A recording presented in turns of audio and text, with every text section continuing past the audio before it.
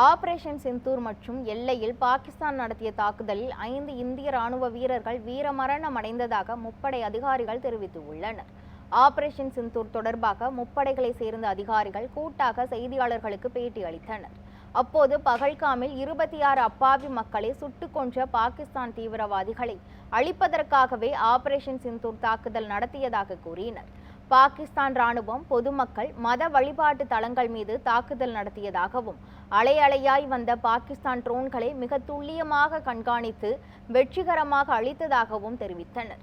பாகிஸ்தானின் F-16 விமானங்கள் நிறுத்தி வைக்கப்பட்ட சர்வதேச விமான தளத்தை தாக்கியதாகவும் அதிகாரிகள் கூறினர்.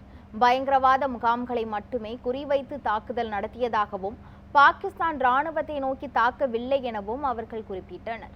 ஆபரேஷன் சிந்தூரில் பாகிஸ்தான் தரப்பில் 40 வீரர்கள் உயிரிழந்ததாகவும் மீண்டும் பாகிஸ்தான் அத்துமீறி தாக்குதல் நடத்தினால் பதிலடி மிக கடுமையாக இருக்கும் எனவும் முப்படை அதிகாரிகள் தெரிவித்தனர்.